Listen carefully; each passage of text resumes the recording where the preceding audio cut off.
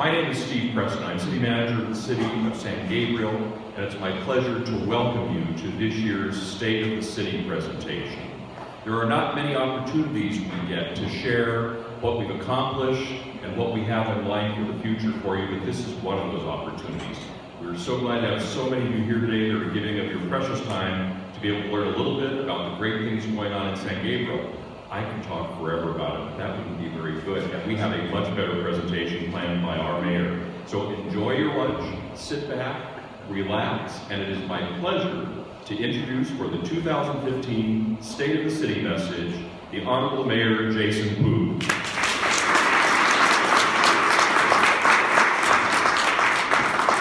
Thank you, Steve. And thank you all for being here today. Good morning. I'm Jason Pu. I'm the Mayor of the City of San Gabriel, and I'll be your host this morning. I'd like to recognize my colleagues on the San Gabriel City Council here today. Vice Mayor Chen Holiao, Councilmember Julie Costanza. Thank you very much for your support in being here. We also have Becky Chang from Congresswoman Judy Chu's office, and Daisy Ma from Assemblymember Ed Chow's office. And thank you both for your support as well. So I'd also like to recognize and thank Steve Preston, our city manager. He was a tremendous help in pulling this address together, and he's also exhibited exemplary leadership in managing the City of San Gabriel team. We have a lot to be proud of, and we've accomplished many goals. None of it would be possible without the entire City of San Gabriel team, community, council, and staff working together on a common set of shared priorities. So I'd also like to take a moment to recognize the rest of the executive team and staff. Marcelo Malo is our Assistant City Manager, Bob Kress is our City Attorney, Tom Marston, our Finance Director, David Lawton, our Police Chief, Kirk Summers, our Interim Fire Chief, Darren Grilly, our Public Works Director and City Engineer, Armin H. Apparayan, our Community Development Director, Rebecca Perez, our Community Services Director, Anna Cross, our Mission Playhouse Director, Gloria Molleda, our Chief City Clerk, and the other 180 or so other full-time employees of the City of San Gabriel. None of the accomplishments we've been able to achieve would be possible without their hard work, diligence, and dedication. So let's please give them all a round of applause.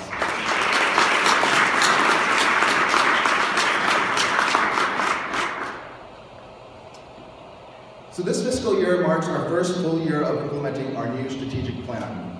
Adopted by the City Council in 2014, the strategic plan lays out the city's top 5 priorities over the next 3 to 5 years with timetables to accomplish specific goals under each priority.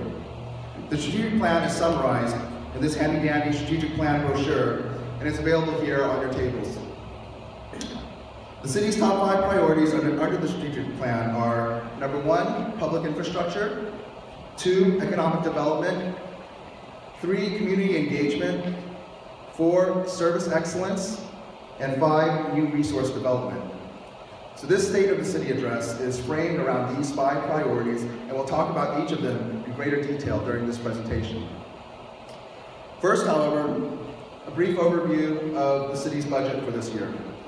As you can see, our total revenues for the year are expected to be $52.2 million, and our total expenditures for the year are expected to be $50.3 million, which includes about $5.6 million in capital improvements and a healthy operating reserve for emergencies of about $3.5 million. Here are some of the highlights that are included in this year's budget. We'll be talking about many of these as they come up in the presentation. You can get more detail about the budget in this brand new brochure. It's been developed by Tom Marston in our finance department, and it's also here available on your tables as well. The first priority under our strategic plan is building and improving the city's infrastructure. This year we have $14 million in infrastructure projects underway, and another $5.5 million in new infrastructure projects that have begun or will begin during this year. Perhaps the most significant of the new projects is the rehabilitation of Delmar Avenue from Mission Road to the I-10 freeway. This is a long overdue project and would not have been possible without $3.8 million in financing from the California Infrastructure Bank. This project will be carried out in phases with the Mission Road to Chestnut Avenue portion beginning in early 2016, the Norwood to 10 Freeway portion beginning in late 2016, and the Norwood to Chestnut portion completed in 2017. One project that we just completed is the rehabilitation of Las Tunas Drive. This project was a street repavement project and other streetscape improvements from San Gabriel Boulevard to the city's eastern border at Muscatel. It cost a total of $3.2 million and included over 1 mile of road surface repavement, traffic signal improvements, dedicated bicycle paths on both sides of the street, landscape medians at the eastern end of the street, sidewalk improvements, ADA ramps, and stormwater management improvements.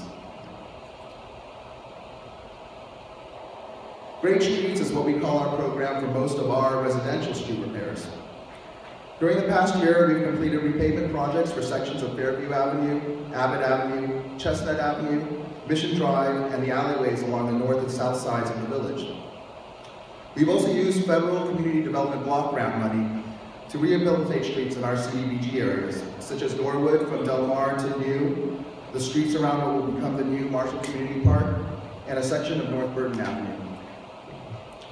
We've also just completed our pavement management program, or updated our pavement management program, and this will help us to allocate our street repair funds each year in the most cost-effective manner. So any overview of infrastructure would be remiss if we didn't also talk about the Alameda Corridor East, or ACE project. ACE is a joint powers authority that originated from the San Gabriel Valley Council of Governments. The portion of the ACE project in San Gabriel is called the San Gabriel Trench. Its purpose is to put the railroad tracks in a trench below street level so trains will go by without intersecting with vehicles, bicycles, and pedestrians on the streets. In order to accomplish this, bridges need to be built across the 4 current intersections between the tracks and the streets. And these are at San Gabriel Boulevard, Del Mar Avenue, Mission Road, and Ramona Street. So currently, the bridges across Ramona Street, Mission Road, and San Gabriel Boulevard are now open to through traffic, and we're very happy that San Gabriel Boulevard is now returned to 2 lanes in each direction. The Del Mar Avenue Bridge is tentatively scheduled to open by the end of this month, and traffic should return to pre-construction levels shortly thereafter. The entire project is estimated to be completed by mid to late 2017. When it's all done, the ACE San Gabriel Trench project will improve the flow of goods through our region as the number of trains traveling over these tracks is expected to increase in the coming years. We'll also improve traffic congestion, air quality, and safety because vehicles will no longer need to wait and idle while the trains go by, and the risks of collisions between trains and vehicles or pedestrians will be significantly reduced. In 2014, we also implemented a sewer user fee to fund the improvements needed under our sewer master plan. In turn, the sewer master plan is driven by the requirements of a consent decree that was skillfully negotiated by our city manager, public works director, and city attorney. And this also helped us avert some major liabilities and fines that some other cities have incurred. The sewer user fee gives us a stable revenue source to meet these requirements. One of the first pieces of equipment that we purchased is this Vector truck you see here. And this Vector truck helps us keep the sewer lines clear.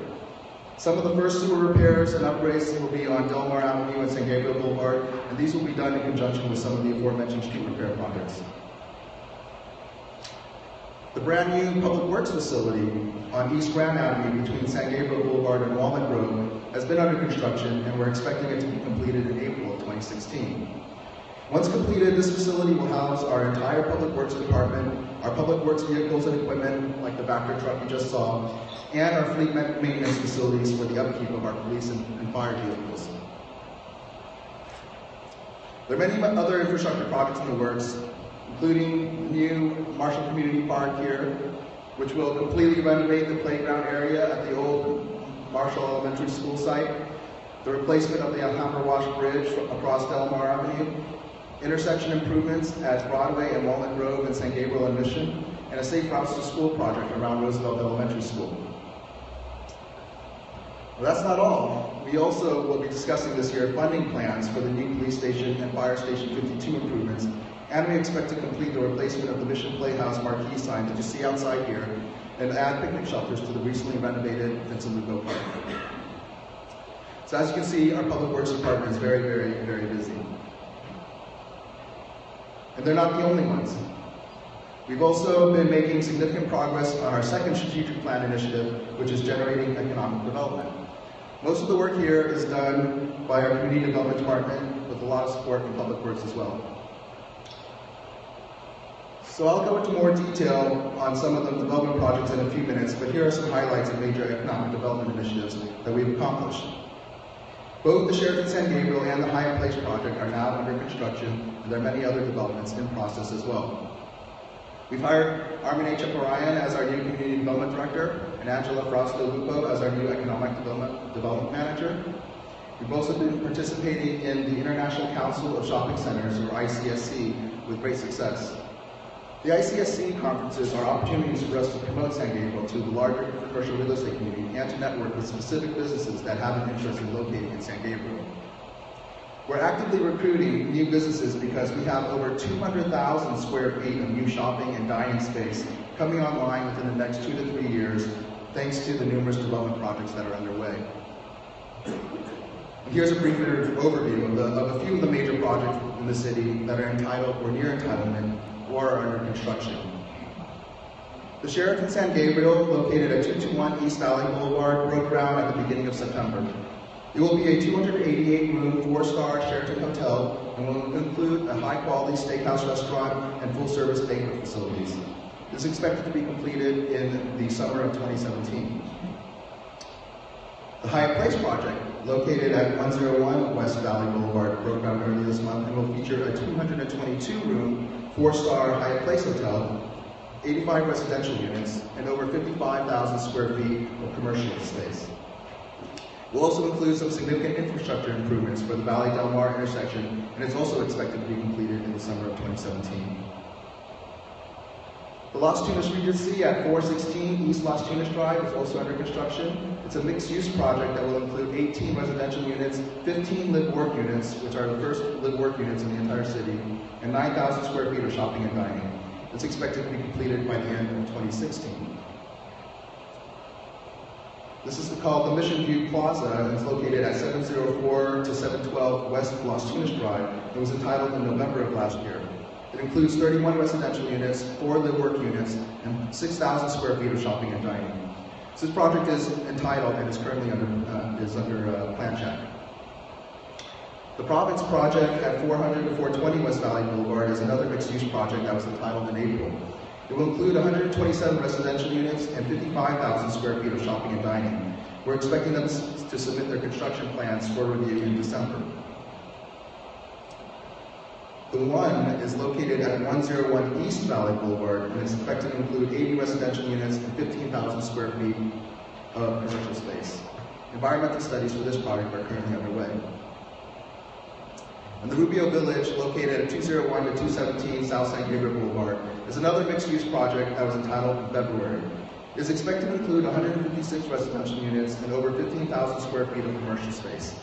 They're currently working with the LA County Flood Control District on improvements to the Rubio Wash because this project will also include a pedestrian bridge that crosses the wash.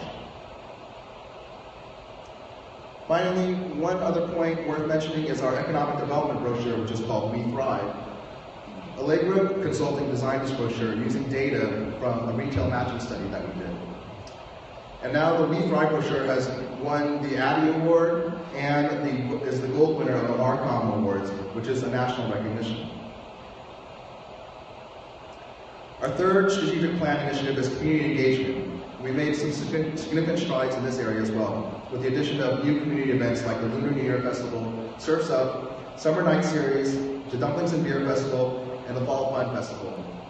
By a show of hands, how many of you have attended at least one of these events this year? All right.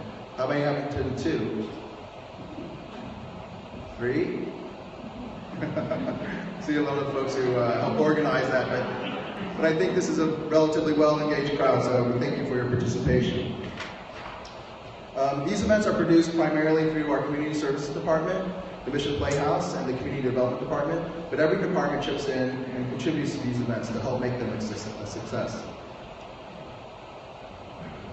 Some of the highlights this year include hiring for the first time a full-time public information officer in Lauren Gould, launching the Mission Playhouse's Engage initiative in conjunction with its own strategic plan. This includes concerts, poetry, and movies here at the Playhouse, like the recent screening of the silent movie Ramona. Launching new social media accounts, like our Instagram account and our Weibo account, which to our knowledge is the first full city government Weibo account in the United States. And improving the budget process and making the budget more transparent with a new, attractive, full budget document. It looks like this. It's actually really easy reading now compared to what it was before. And also the budget brochure that I mentioned earlier. So a big part of our community engagement strategy is the addition of several new community events that allow our San Gabriel families and families throughout the area to come together, have a good time, and celebrate diversity. These include our brand new Lunar New Year Festival, which we launched this past year. We view our Lunar New Year Festival as an opportunity to build bridges and make connections across cultures with a fresh, interactive, and unique fusion of the old and the new, and the traditional and the modern. We've also added Surf's Up, which kicks off our Summer Night series. This year's Surf's Up was a huge success with hundreds of people in front of the Mission Playhouse here. They're watching the hula dancers and dancing to the Beach Boys cover band. The Summer Night series has expanded to 9 concerts and movies, one on each Thursday evening throughout the summer, and those were a lot of fun and were very well attended as well. The Fall Fun Festival is our opportunity to celebrate the coming of fall and of course Halloween. This festival includes a number of community partners, and this year featured a costume contest, a haunted maze hosted by the Gabriel High School Drama Department, carnival games, a trunk or treat area, arts and crafts and other activities hosted by McKinley Elementary School, a pumpkin patch, and a DJ with music. Another highlight was the Dumplings and Beer Festival on October 1st. This is our twist on the Oktoberfest tradition. It was very well attended and drew people from all over Southern California, which adds to San Gabriel's standing as a regional destination for foodies and craft beer enthusiasts. You can see some of the impressive features of the Dumplings and Beer Festival here, and we estimate that over 3,500 people came from throughout Southern California. Although not formally part of our community engagement initiative, another issue that we are addressing in response to community concerns is mansionization. As we all know, mansionization has been in the news in a few SGP communities lately, and we have also seen increases in this activity in San Gabriel over the past couple of years. Right now, we are towards the end of a 45-day moratorium on new teardowns and second-story additions, and we will consider extending that moratorium at tonight's council meeting. Teardowns and second-story additions that were already in progress can still proceed with Design Review Committee approval, and expanded Design Review Committee involvement in these types of projects may well be part of our long-term approach to this issue. We will have more public hearings and conduct further study on this issue over the next several months. Meanwhile, we are also in the process of updating our historic preservation ordinance, and that will be another significant tool that we'll be able to use in addressing parts of this issue. Our fourth strategic plan priority is service excellence. Some of the accomplishments here overlap with other areas like community engagement, but many of the investments we're making to improve customer service involve new technology, so we'll highlight many of our technology investments here. We're right now in the middle of our largest investment in technology in the city's history.